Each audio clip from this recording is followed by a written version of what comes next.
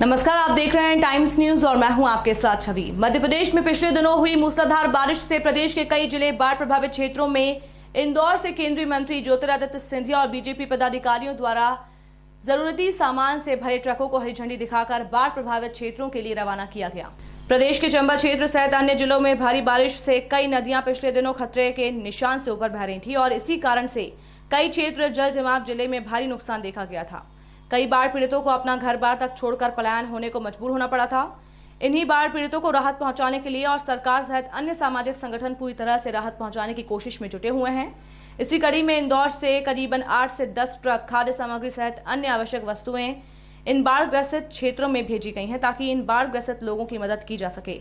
इन ट्रकों को केंद्रीय मंत्री ज्योतिरादित्य सिंधिया सहित अन्य बीजेपी के लोगों द्वारा हरी झंडी दिखाकर रवाना किया गया। इस मौके पर ज्योतिरादित्य सिंधिया का कहना था कि बीजेपी के राष्ट्रीय अध्यक्ष जेपी नड्डा के आह्वान पर ही सभी बीजेपी के कार्यकर्ता से लेकर सत्ता पक्ष के सभी लोग सेवा भाव के मन से जनता की सेवा में लगे हुए हैं। सबसे बड़ी पूंजी जिंदगी में होती है और जनता की सेवा के लिए हम लोग तत्पर होते हैं। इसलिए राजनीतिज्ञ कम और जनसेवक ज़्यादा, मेरे लिए वो उपाधि ज़्यादा आकर्षित है।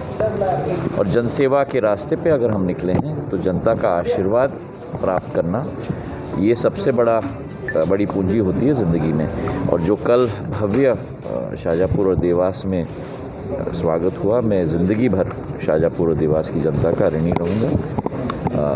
जो पद और जिम्मेदारी मुझे दी गई है प्रधानमंत्री नरेंद्र मोदी जी के द्वारा, हमारे पार्टी के अध्यक्ष जेपी नड्डा जी के द्वारा और गृह मंत्री अमित शाह जी के द्वारा, मैं उनका कृतज्ञ हूँ। और नागर विमानन क्षेत्र को पूरे देश में विस्तृत तरीके से जाल बिछाना और आम जन को इस यात्रा की सुविधा पहुंचाना, ये प्रधानमंत्री जी की मंशा है और उस मंशा के अनुरूप कार्य करने का पूरा संकल्प मेरा है।